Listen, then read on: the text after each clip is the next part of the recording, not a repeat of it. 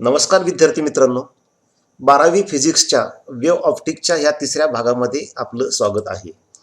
आजच्या व्हिडिओमध्ये आपण पाहणार आहोत Huygens wave theory of light. यापूर्वीच्या व्हिडिओमध्ये आपण न्यूटन्स कॉर्पस्क्युलर थिअरीबद्दल शिकलो.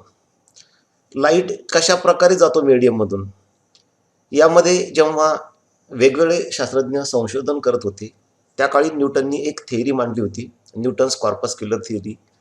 ज्या थिअरीच्या म्हणण्यानुसार लाईट हा पार्टिकलच्या स्वरूपामध्ये जातो. त्याबद्दल आपण मागच्या व्हिडिओमध्ये डिटेलमध्ये शिकलेलो आहोत. ती थिअरी रिजेक्ट झाली होती तेही आपण पाहिलेलं आहे.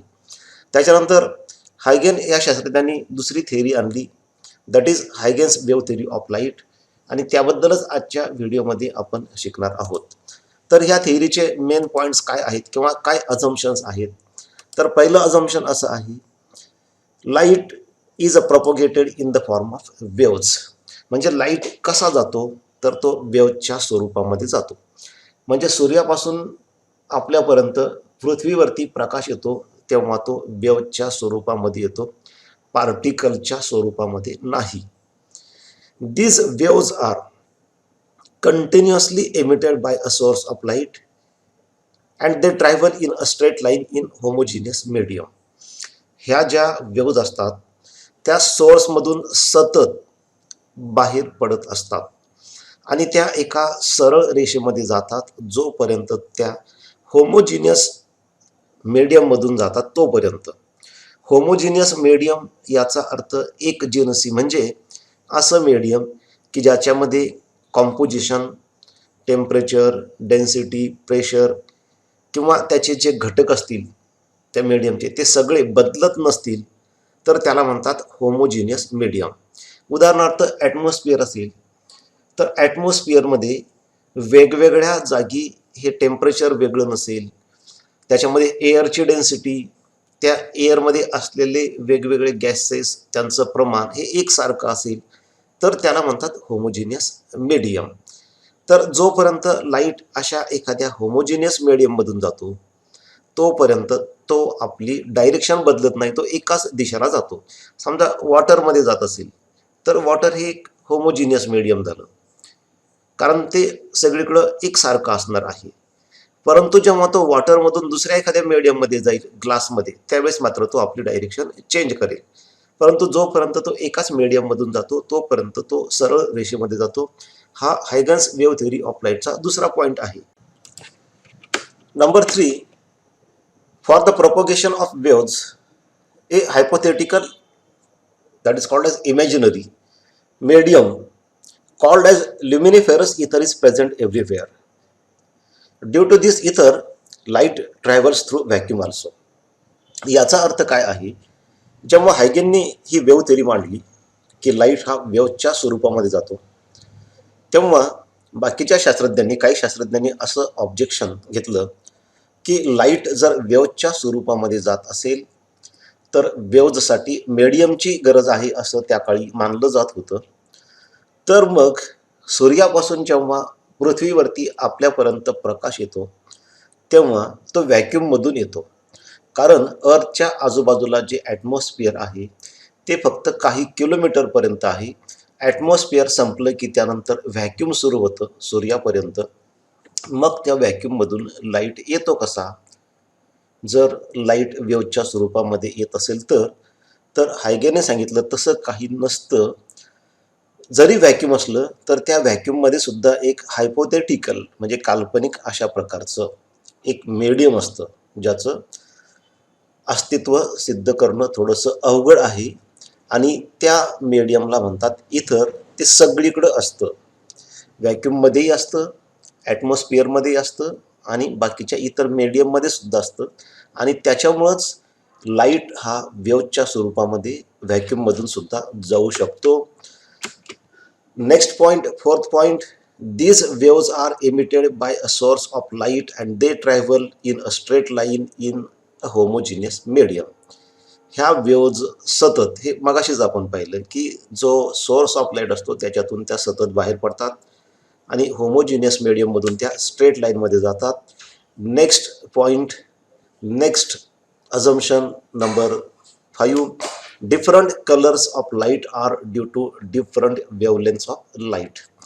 आपल्याला माहित आहे की लाईट हे वेगवेगळ्या कलरचे असतात. तर हे वेगवेगळे कलर कसे, तर लाईटच्या ज्या वेवलेंथ असतात, we know wavelength means distance between two successive crest, हे जे वरचे दोन भाग दिसतात त्याच्यामधलं अंतर, और distance between two successive troughs, हा जो खालचा भाग दिसतो इथं आणि हा याच्यामधलं अंतर, हे वेवलेंथ जसं बदलेल तसा लाईटचा कलर बदलतो. लाईटचे वेगवेगळे कलर हे वेगवेगळ्या वेवलेंथमुळे असतात. Number 6, when light enter when light waves enter our eye we get sensation of light. आपल्याला लाईटची जाणीव केव्हा होते, जेव्हा ह्या लाईट वेव्ज आपल्या डोळ्यांमध्ये जाऊन आपल्या रेटिनावरती पडतात. त्या ठिकाणी जे इंटरॅक्शन होतं त्यामुळे आपल्याला लाईटचं सेन्सेशन होतं आणि लाईटमुळं त्या समोरच्या वस्तू आपल्याला दिसतात. Now see what are the merits of wave theory of light. या थिअरीचे मेरिट्स काय आहे, म्हणजे प्लस पॉईंट्स कोणते आहेत. तर पहिलं आहे the phenomenon like double refraction, interference, polarisation, diffraction and simultaneous reflection and refraction can be explain on the basis of this theory. म्हणजे डबल रिफ्रॅक्शन म्हणजे काही पदार्थामधून पाहिल्यानंतर एक वस्तू असेल तर त्या दोन दिसतात, त्याला म्हणतात डबल रिफ्रॅक्शन. हे या ठिकाणी तुम्हाला फिगर दिसते, खाली एक एक सिंगल लाईन आहे, परंतु याच्यात पाहिल्यानंतर ती डबल दिसते, त्याला म्हणतात डबल रिफ्रॅक्शन. त्याचं एक्सप्लेनेशन या थिअरीच्या आधारे देता येतं. त्यानंतर इंटरफिअरन्स म्हणजे काय त्याच्याबद्दल आपण नंतर शिकणार आहोत डिटेलमध्ये, त्यामुळे इथे जास्त सांगत नाही. तर ते इंटरफिअरन्स कसं घडतं, दोन वेव्ज जेव्हा एकत्र येतात त्याच्यातून जो परिणाम होतो त्याला म्हणतात इंटरफिअरन्स. त्याचं सुद्धा एक्सप्लेनेशन ही थिअरी समाधानकारकपणे देते. म्हणजे हा या वेव्ह थिअरीचा प्लस पॉईंट आहे, मेरिट आहे.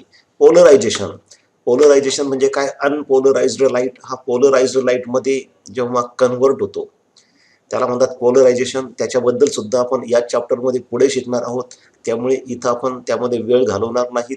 तर ते पोलरायझेशन सुद्धा या थिअरीच्या आधारे एक्सप्लेन करता येतं.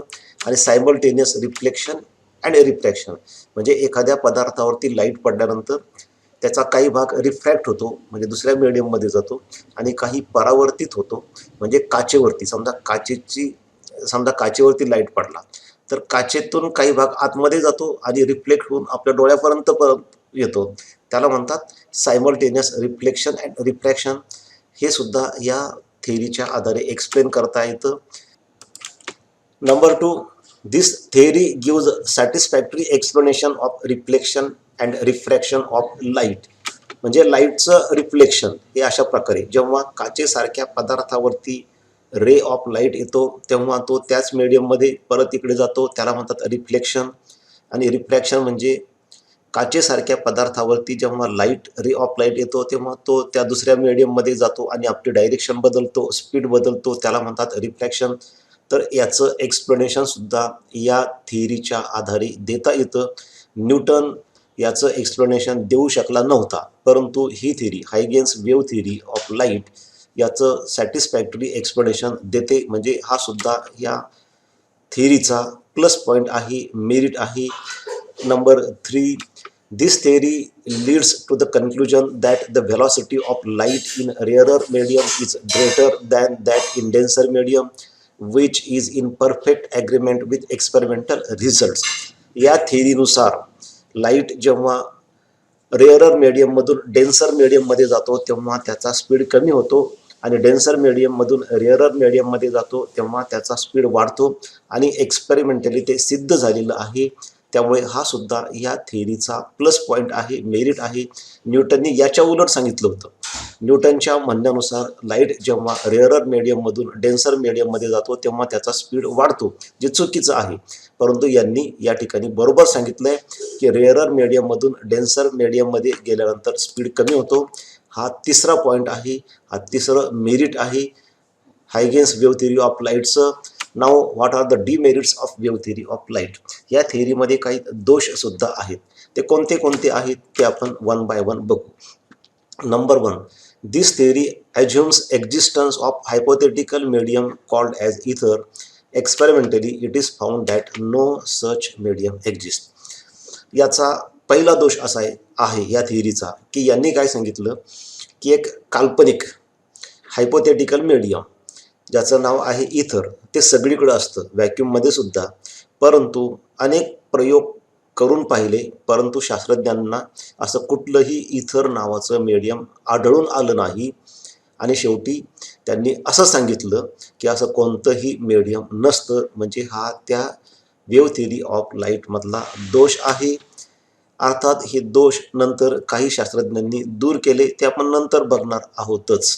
Second demerit of this theory is it could not explain rectilinear propagation of light. Rectilinear propagation could be explained only after this theory was developed by Fresnel. म्हणजे रेक्टिलिनियर प्रोपोगेशनचं सॅटिस्फॅक्टरी एक्सप्लेनेशन ह्या शास्त्रज्ञाला हायगेनला देता आलं नाही, परंतु याच थिअरीच्या आधारे अजून काही संशोधन करून फ्रेस्नेल या शास्त्रज्ञांनी हे रेक्टिलिनियर प्रोपोगेशनची प्रॉपर्टी जी आहे त्याचं सॅटिस्फॅक्टरी एक्सप्लेनेशन दिलेलं आहे. त्यानंतर number 3, some phenomenon like Compton effect and photoelectric effect and polarization cannot be explained on this theory. It was modified later that light is transverse wave. आता बघा या ठिकाणी थोडंसं कन्फ्युजिंग आहे की मगाशी आपण मेरिटमध्ये सांगितलं की पोलरायझेशनचं एक्सप्लेनेशन ही थिअरी समाधानकारकपणे करते. आता या ठिकाणी आपण ते डिमेरिटमध्ये घेतलंय. याचं कारण असं आहे की जेव्हा हायगेननी ही थिअरी मांडली तेव्हा लाईटचे दोन प्रकार ट्रान्सव्हर्स आणि लॉन्जिट्युडिनल याबद्दल काही सांगितलं नव्हतं, कारण पोलरायझेशन हे फक्त ट्रान्सव्हर्स वेव्हच्या बाबतीमध्ये होतं, लॉन्जिट्युडिनल वेव्हच्या बाबतीमध्ये होत नाही. परंतु नंतर त्याच्यामध्ये परत पुन्हा जेव्हा संशोधन केलं गेलं त्यावेळेस असं सिद्ध झालं की लाईट ह्या ट्रान्सव्हर्स वेव्ज आहे आणि ट्रान्सव्हर्स वेव्ज असल्यामुळं ही वेव्ह थिअरीच त्याचं सॅटिस्फॅक्टरी म्हणजे समाधानकारक एक्सप्लेनेशन देऊ शकते. आता क्वांटम इफेक्ट काय आहे, तर जेव्हा एखाद्या ॲटमवरती मॉलिक्युलवरती लाईट येतो तेव्हा तो त्या ॲटम्स मॉलिक्युल्सवरती पडल्यानंतर तो वेगवेगळ्या डायरेक्शनला स्कॅटर होतो, त्याची वेवलेंथ बदलते, फ्रिक्वेन्सी बदलते, त्याला म्हणतात क्वांटम इफेक्ट. त्याचं एक्सप्लेनेशन ही थिअरी देऊ शकत नाही.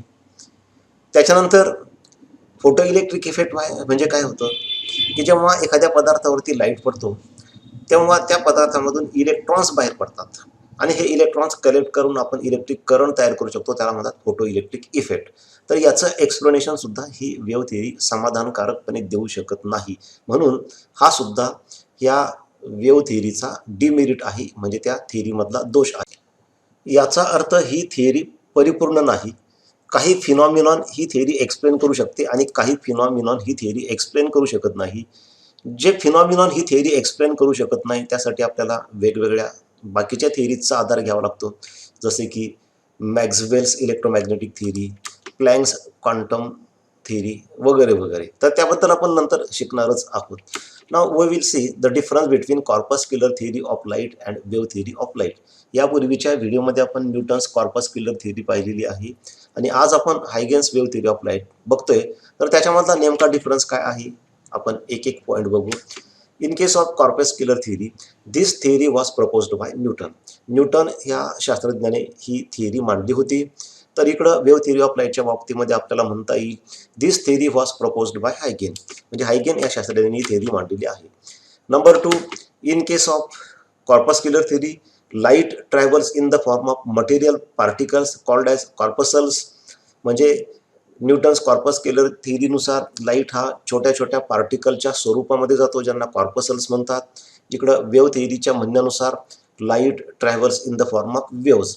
लाईट हा वेव्हच्या स्वरूपामध्ये जातो, पार्टिकलच्या नाही.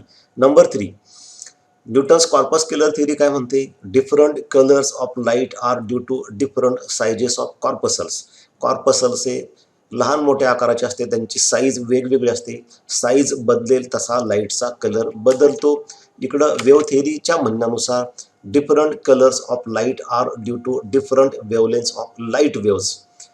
म्हणजे लाईटचे वेगवेगळे कलर हे त्या वेव्हच्या वेगवेगळ्या वेवलेन्समुळे असतात. Number 4, this theory fails to explain double refraction, interference, diffraction etcetera.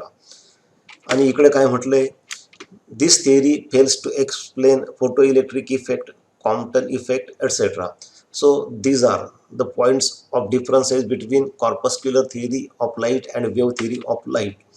तर अशा पद्धतीने विद्यार्थी मित्रांनो आजच्या व्हिडिओमध्ये आपण हायगेन्स वेव्ह थिअरी ऑफ लाईट बद्दल शिकलोय. Thank you for watching.